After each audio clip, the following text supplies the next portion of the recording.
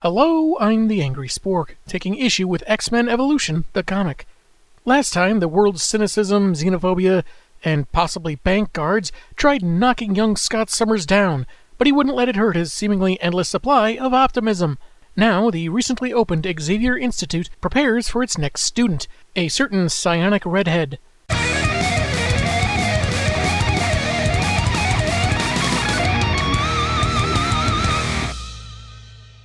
Issue 3's cover is set in a high school hallway, while our newcomer looks like she's having a nervous breakdown, and yet only one student is even mildly reacting to it.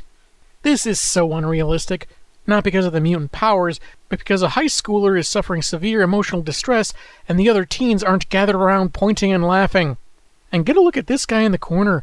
He looks like he's straight out of an actual anime, with that stoic face, like he knows someone's having problems, but wants her to get through it herself to become stronger or something.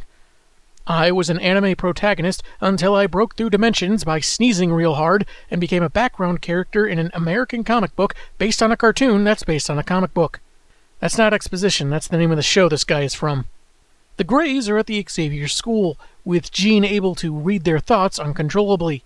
Her mom creeped out by the X-Men, Storm suggesting how powerful the young lady seems, and how Logan considers her wise for her age, for whatever reason, and that she's beautiful. I need help reacting to something. Okay, just saying that someone is beautiful is not necessarily a sign of carnal desire, and this might be meant as just a bit of reference to the main Wolvie always having had a thing for Jean. But right here now, she's at her oldest, 16 years old, and he's decades older than he looks, so making that reference has, likely unintentionally, thrown a dash of unsettling into the scene. Charles actually taught with John Gray at Bard College, knowing the family a long time, and Jean's mom's thoughts suggest Xavier may have known this would happen to her daughter even way back when. Chuck suggests the X-Men take Jean for a tour of the grounds, which involved snapping Scott out of his loop of staring at Jean and thinking, wow. I'd like to think this version of Cyclops is imagining one day marrying her, but not later psychically cheating on her with a blonde telepathic floozy.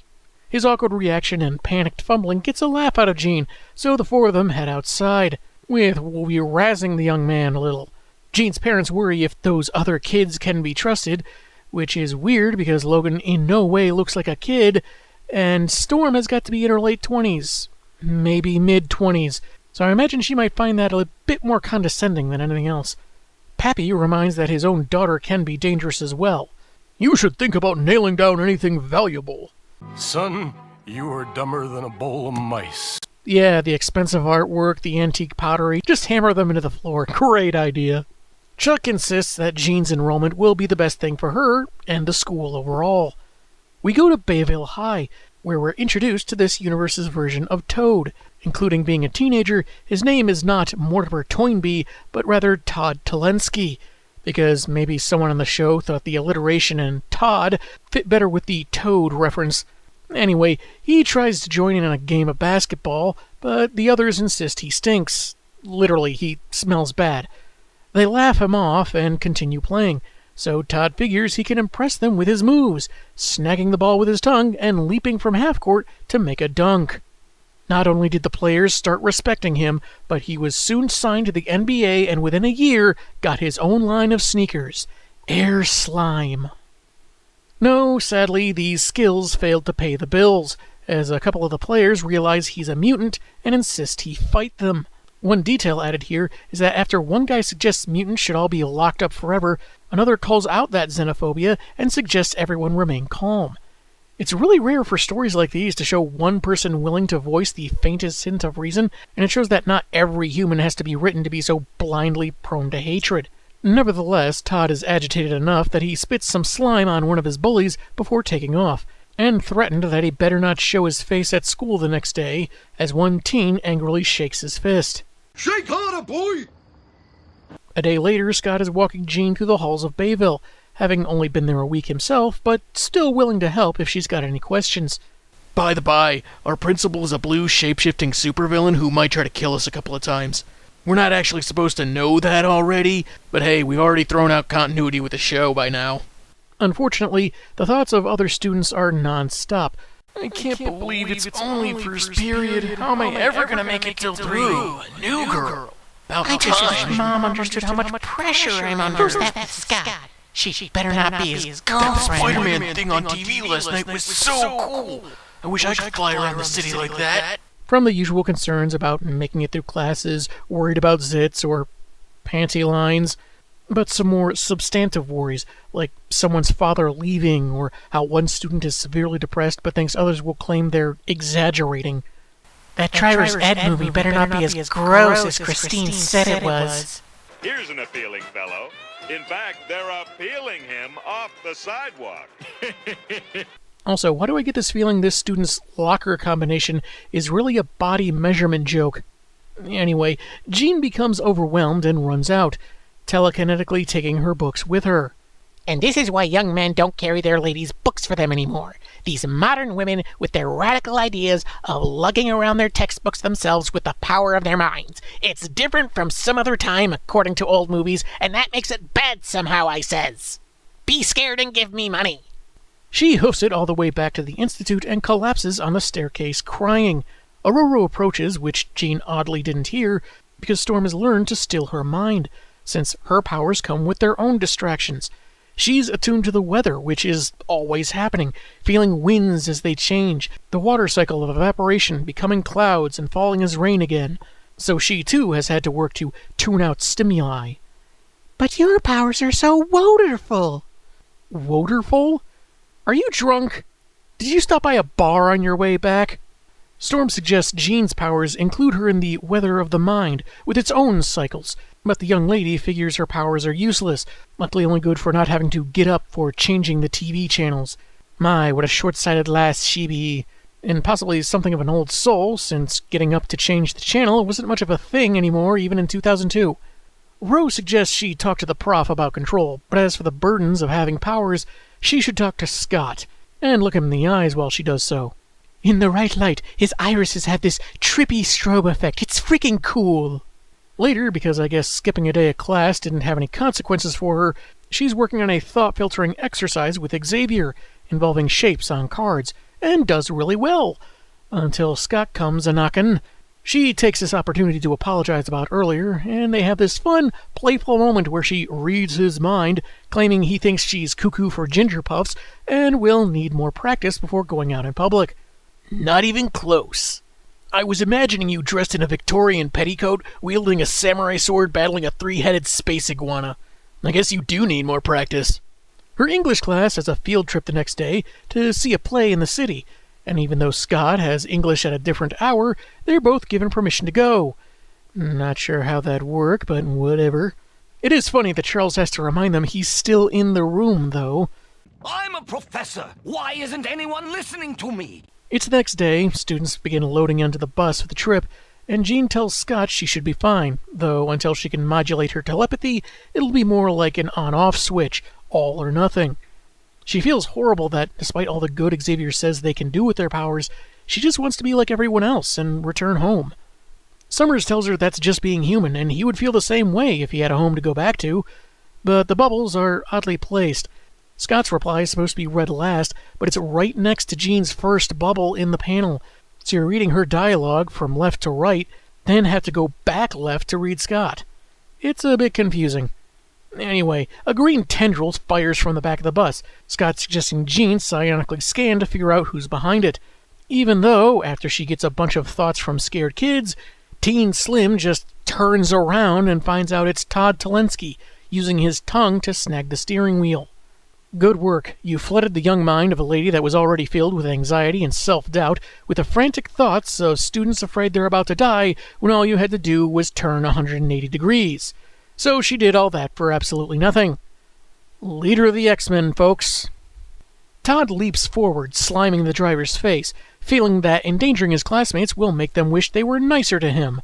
Scott tries to reason with him that this isn't the way to deal with his troubles, and they fight over the wheel as they narrowly avoid hitting a semi-truck, which may or may not be Nemesis Prime. They manage to avoid a collision, but this road happens to be along a cliffside with no guardrails, so with Todd covering his eyes, and presumably other students too scared to notice, Scott blasts through the windshield to a telephone pole, causing it to hit the roof of the bus, turning it over, and stopping it just before it goes over the cliff. They really need to find a route for these field trips that don't involve using certain death pass. He and Jean manage to get everyone out, except for Talensky, whom Scott says must be trapped under the pole in the driver's seat. They round the bus to help him, and, well, it's kind of weird given the previous dialogue. First off, the bus is turned in a way that the driver's side is facing up. Second, he's outside the bus somehow. Like, maybe he escaped through the door but got snagged by the beam at the last second. It just doesn't seem to add up. Anyway, though the loner figures they're about to finish him off, they try lifting the beam, to no avail. Oddly enough, he thanks them for such effort, but insists he's not worth it. That's when Jean focuses her mind and lifts the obstruction just enough that Summers can pull Todd free. He's a little bruised and thanks Gray for what she did, though internally she hears him ask why they couldn't have left him there. Police and an ambulance arrive, and one student remarking that Toad Talensky is present, but he isn't even looking at him. Again, weird. Scott suggests they go to the professor about this newfound mutant, and maybe Todd will join them at the Institute eventually. But as the near murderer is wheeled away by medics, his thoughts after being rescued make Jean doubt he's going to enroll. But figures everyone feels that way at first. I mean, as someone who was bullied in high school, incidentally around the time this show was on the air, I never really wanted to take a bus full of people over a cliff with me. Now, if it were the modern day and it was a bus full of selected people actively making life worse for others in this country, let alone the world, and I wasn't actually on said bus...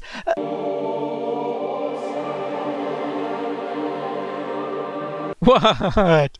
I'm joking! Mostly. Later, Jean thanks Charles for both his help and his vision of peaceful coexistence, as otherwise she wouldn't think of herself as anything more than a freak.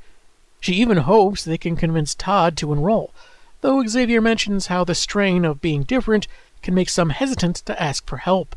The topic is changed to Jean's telepathic control, and she says it's become much easier to filter out nearby stray thoughts, until Scott happens by and she hears another one of his wows, feeling like she doesn't have the control she thought she did. Also, it's only going to add fuel to that recurring dream she's been having, where he bursts into about 20 Owen Wilsons, all repeating, "Wow!" The comic ends with Xavier confirming that this time, Summers said it out loud, as the two fated lovebirds blush, and a caption teases the rest of the team in the next issue, which will be set well into the show's run. This issue did a good job representing Jean overtaken by powers she doesn't understand, and the myriad of experiences of young people like her, some worrying over bigger life problems, others fretting over more superficial matters, and stuff in between. It can feel like a quick lecture from Storm and a card game from the prof made her better at her powers, but I see it more that, in a time of emergency, she prioritized and focused, improving her control. A trial by fire kind of thing. Todd was pretty relatable as well. All he wanted was acceptance, like anyone, but you could tell this was a problem he'd been dealing with for a long time. Even when he shows he can be, for example, a formidable basketball player, he's still rejected. He felt that ending his life and taking people with him, whether they'd abused him or not, was the answer to his problems. He wants to both lash out and just not exist anymore, figuring if he's not going to be respected, he'll be remembered, even if it's for something grim.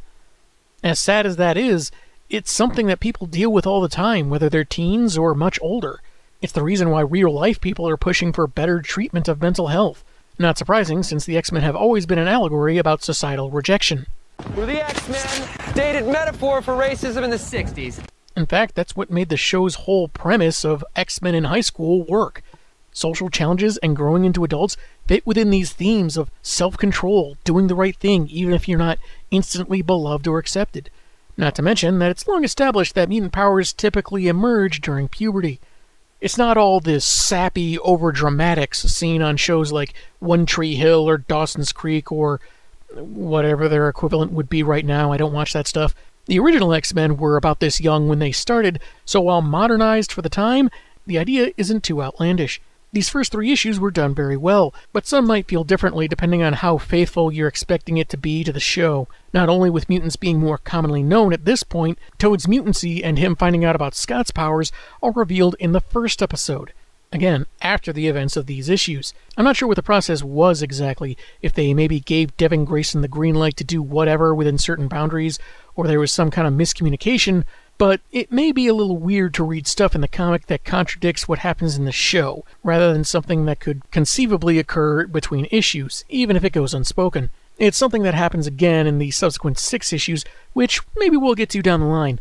These issues, however, have great art, some fun humor, and while the pacing and panel progression had some choppiness, they didn't detract much from the stories themselves. Overall, if you like the X-Men Evolution cartoon, these stories are worth checking out, even if they don't adhere 100% to the series they're based on. They could have used some polish here or there, but they're certainly not bad. I'm the Angry Spork, and man, have I got issues.